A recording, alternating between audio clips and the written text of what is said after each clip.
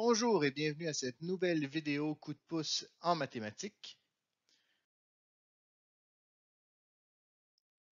Aujourd'hui au menu, la fonction linéaire qu'on étudie en mathématiques, mais aussi dans à peu près toutes les sciences. C'est une relation qui est très fréquente entre deux variables.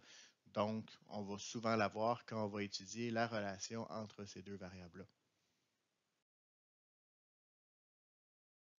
D'abord, c'est quoi une fonction linéaire? Ben, c'est simplement une fonction qui est représentée dans un graphique par une ligne droite, ce qui veut dire que la pente est toujours constante. Par contre, évidemment, en sciences, la droite n'aura pas toujours cette forme-là. Généralement, ça va plus avoir cette forme-là, puisqu'on parle évidemment de points expérimentaux, donc on a quand même une certaine incertitude sur les valeurs. On n'a pas une précision absolue. Par contre, pour le bien de l'exercice d'aujourd'hui, nous allons travailler avec des points qui sont parfaitement alignés. La forme de l'équation utilisée est donc y est égal à ax plus b. Le A étant la pente. La pente, ça représente, dans le fond, c'est l'inclinaison de la droite. Ça va donner l'inclinaison de la droite. Si le A est négatif, la pente va être négative, ce qui veut dire que ma droite va descendre au lieu de monter. Le B, c'est l'ordonnée à l'origine. Donc, c'est l'endroit où la droite va croiser l'axe des Y. Dans le cas présent, par exemple, le B serait égal à 0.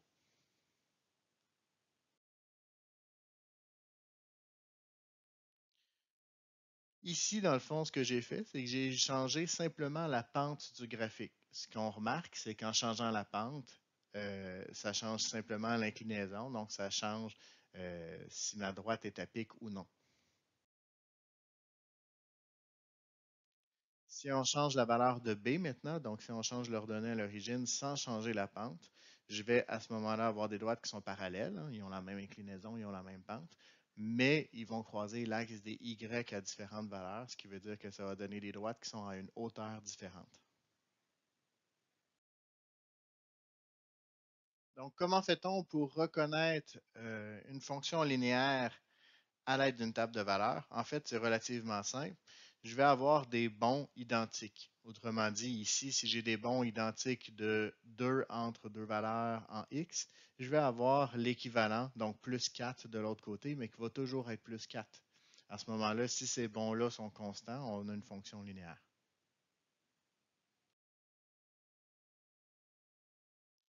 Maintenant, comment on fait pour trouver cette fameuse équation? On va se donner des valeurs pour faire ça. Et pour calculer la pente, la pente est donnée par une formule qui est A est égal à y2 moins y1 sur x2 moins x1. On va donc trouver deux points. Les points, j'aurais pu prendre n'importe lesquels. Dans ce cas-ci, on va prendre le point 4,12 et le point 8,20. Ça nous donne donc deux valeurs de x et deux valeurs de y parce que j'ai deux couples qu'on va aller remplacer à l'intérieur de la formule. Ici, c'est important de retrouver les couples que j'avais utilisés. Donc, vous voyez que j'ai le point 8,20 à gauche et le point 4,12 à droite. Qu'est-ce que ça fait si on inverse les deux couples? En fait, absolument rien. Par contre, ce qui est important, c'est de ne pas faire des croisés, autrement dit. Donc, de retrouver vraiment les couples un par-dessus l'autre pour s'assurer que le calcul fonctionne. Si je poursuis le calcul, donc ça me donne une pente ici qui est égale à 2.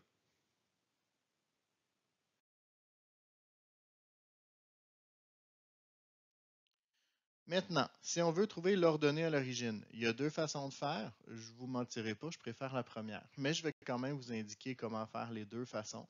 Vous pourrez choisir laquelle vous préférez. Donc, on peut y aller soit par substitution ou par la formule de la pente. Par substitution, donc la méthode que je préfère, on va utiliser l'équation de la droite. Donc, je sais que y est égal à x plus b.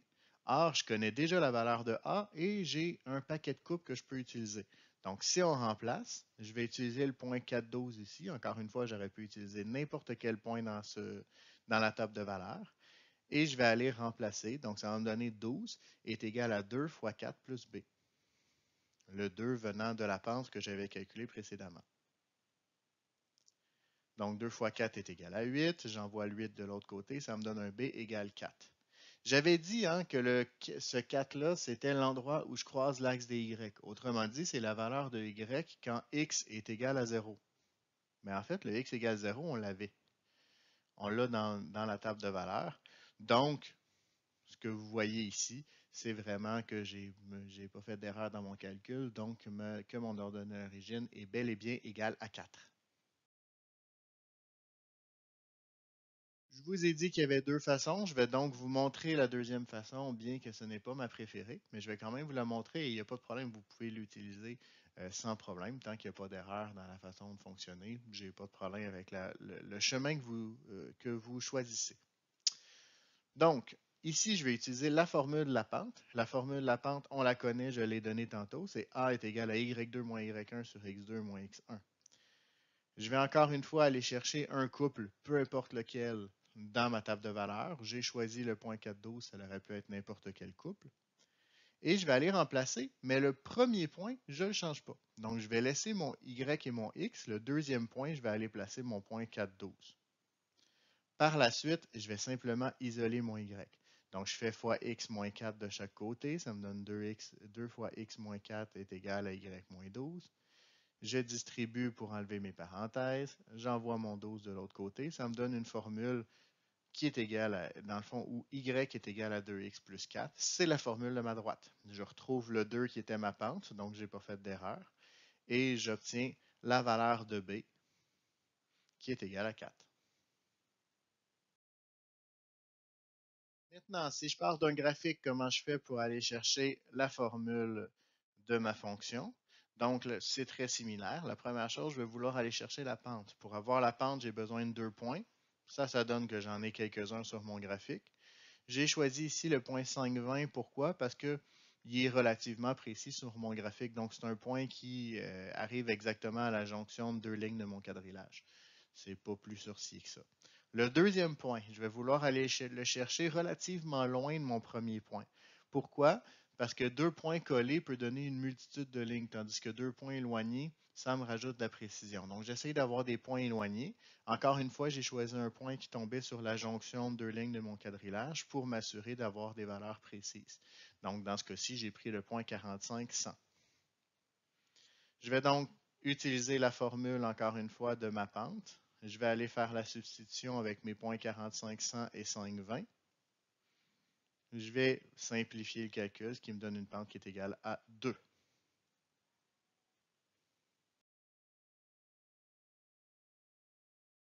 Pour trouver mon ordonnée à l'origine, même principe, je peux passer soit par la substitution ou soit par la formule de la pente.